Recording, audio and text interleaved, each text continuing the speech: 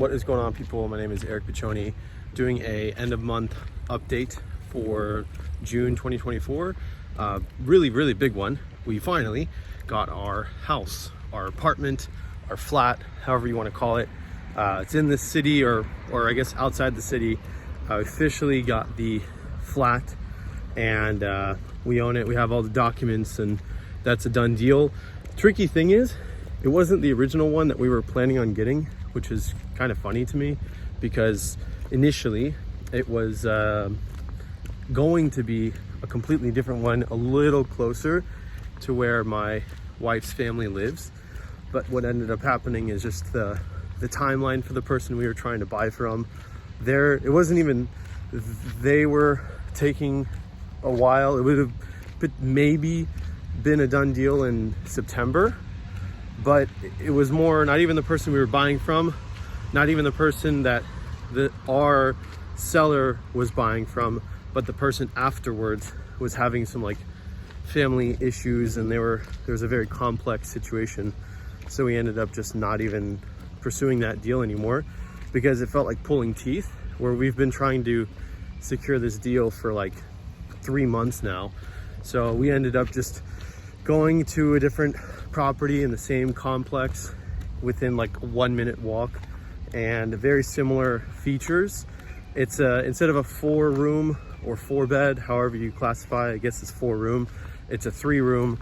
So it's enough for like a living room, a kitchen, and 2 bedrooms, which is enough for us because we have, 1 child at the moment. So it's not like a massive need for a ton of space. So it makes sense. And they were flexible. We talked directly to the owners, and they listed it like a week from the time that we saw it, and it was a quick and simple transaction. Nothing nearly as complex as going through like multiple sellers to close this deal. So that's a huge blessing. So very thankful for that. I'm actually going to show you guys that flat right now. Just a couple quick housekeeping items. Number one, I've seen a couple YouTubers that I was watching for a while. Their accounts got shut down randomly. So that said, I do post on Substack. I recently started using that, so I would recommend, if you're not already, check that out. It's essentially like a free newsletter where I'll post updates on a consistent basis. Very soon I'll have a dedicated website that I control, so I can, I don't have to rely on a medium to put out content, which would be really nice, because the problem with relying on medium channels is at any moment, if they disagree with whatever you're putting out there, they'll just shut you down. And I've seen that a handful of times, purely from the standpoint of people talking about their genuine experiences in Russia. And it's like, to me, it's crazy that someone can get shut down based on speaking complete facts and observations of what their life is like and what they're seeing and what they're experiencing. And anyway, so if you're not already, check out my Substack. I do have a personal Telegram channel. It's just at my first and last name. I'll also link that down at the bottom too. But other than that, if you want to, maybe someone can give me some pointers on setting up a channel. I don't want to turn Telegram or some kind of WhatsApp channel into like something that I have to consistently moderate and like keep track of. I say that now, maybe in 3 months, 6 months, it's something I really want to do, but I just want something where I'm able to update everyone and have a stream of communication with others on life here, and just chop it up and just talk about whatever. So anyway, for now, Substack is where I do that. And then my website, which, if it's not already in the description by the time this video's up, then I will update it whenever the website is actually live, and you guys can check me out there. So anyway, without further delay, I will show you the apartment. Alrighty, so I brought the big guns out today. I got my lapel mic on, and we're gonna do a basic house tour. I got the mic so that it's not so echoey. You can very likely hear it already in the sound or audio, but I hope that this quality is a little bit better than what the iPhone sound quality would look like. So anyway, we're gonna walk around, just give you some insight on like what our ideas are for what kind of renovations we're looking to do, this is pretty close to what the end goal will be.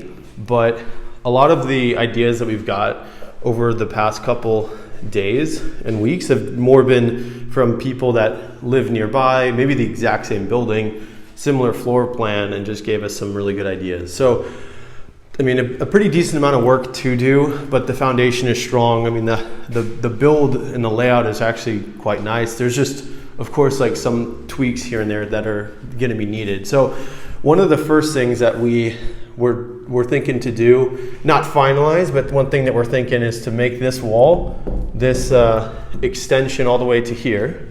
So close this door down, and then you have your, either we might just keep this open, or actually, no, this will be doors. We'll very likely replace these doors, but have it as like double doors that can actually close in the separating the living room from the hallway and everything else. So from here, our initial plan would be to break down this wall, just barely, not a ton, but enough for like a doorway, so that you can comfortably walk into the space. And then one thing that's really nice is there's a lot to work with in this room. So apparently, I mean, so we have other units on the side of us, and this is like a very thick wall.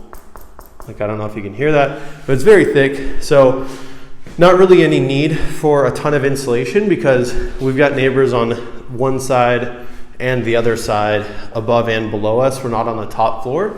So insulation wise is actually quite nice. So we're thinking to remove these two heaters, and we would probably push them out a little bit more if necessary, but actually just break down this entire section, like all the way up to here. So that way we can give more room for some kind of dining area, maybe a dining table, something like that, where we can actually use the space a little bit more comfortably, instead of it just being a place for, you know, gardening and plants and stuff like that. I like the space that we have. We'll replace the floors, probably put some kind of concrete and level this out so that it's nice and even. But that's the initial plan, is to like break this down, shave it up to here, and then level the floors out, replace some of the panels, probably the windows as well, so that there's no issues. Because now that this is going to be the last line of insulation, we're going to need something a little bit more heavy duty, probably a little bit thicker insulation. Not entirely sure. I'm not a contractor by any means. The tough part though is my wife speaks all the Russian, so normally I'm the one that's doing all the talking and building the game plan with the renovation project. So that's definitely an adjustment for sure.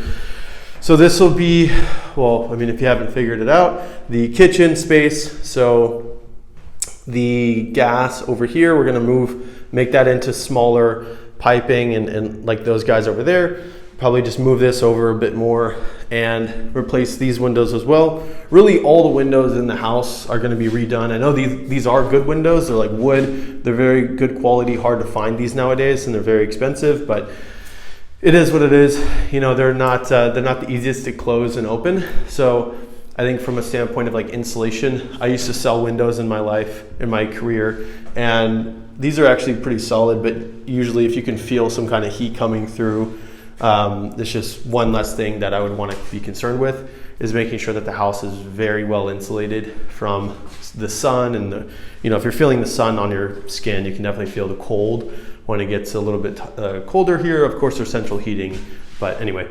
So plan would be to do some kind of like coffee station over here, long stretch of cooking, cutting area, and then maybe wrap this around over here, put like a fridge over here, or maybe the sink is going to be here, and then I think we were looking at putting the fridge like right there, something like that, where it kind of like curves around.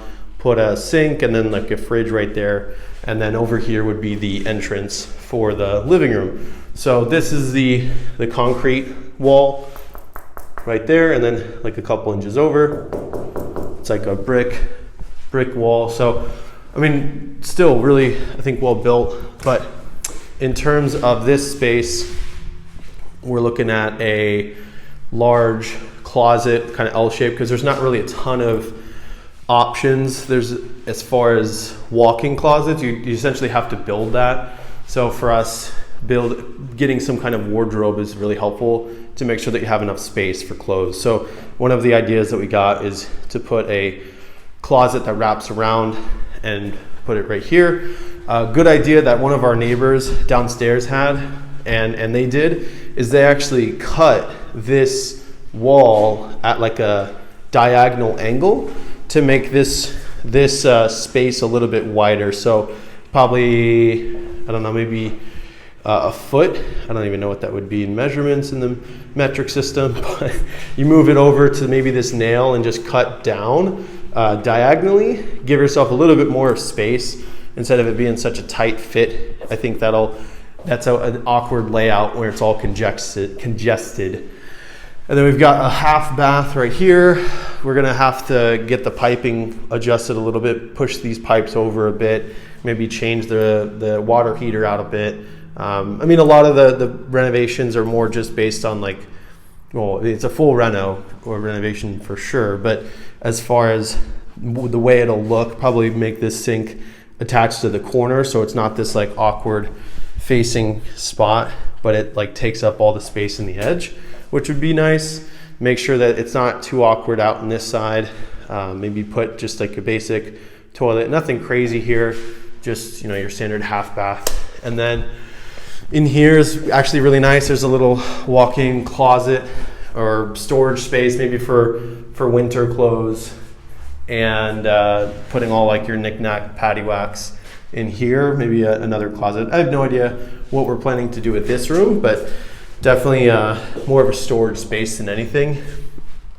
Let me know if I'm doing if I could be a realtor in my past life, because I've never really shown a house before in real time. So as far as the bathroom goes, not entirely sure how we want to do this, but our initial plan would be to put a tub, like a bathtub here, maybe a sink right here, and then like a standing shower there, and a washer dryer over here. That would be awesome. Maybe fit it in the corner and stack them on top of each other, probably facing this way, facing towards the mirror or this wall, whatever. Obviously the most handsome guy in the world right there. So we're probably gonna put a toilet right there, because I think having one bath or one toilet in the whole house is tricky. So having multiple options would be really helpful.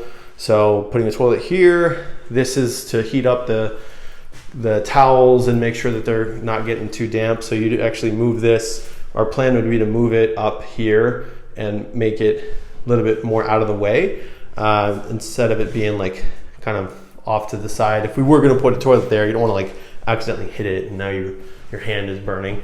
So that would suck.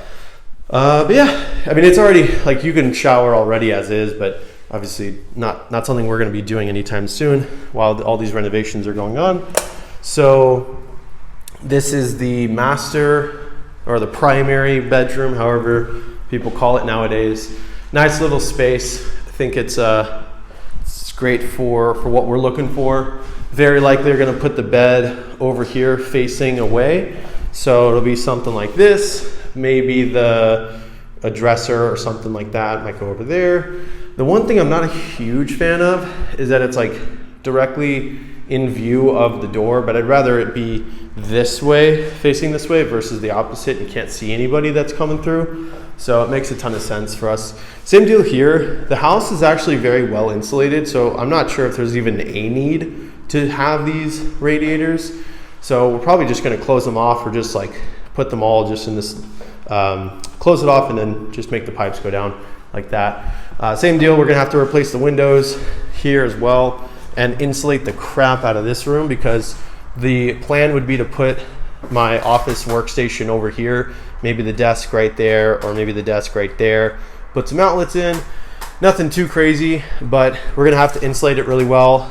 We're gonna have to very likely do some kind of heated floors, add a little bit more insulation here, redo the windows to make sure that they're a lot thicker, because in the peak of the day you can feel the sun on your hand pretty quick. So if I'm working in here for hours at a time, that'll get old pretty fast. So it'll suck to see these guys go, because these are thick. These are very like heavy duty, but I don't know if you can actually see.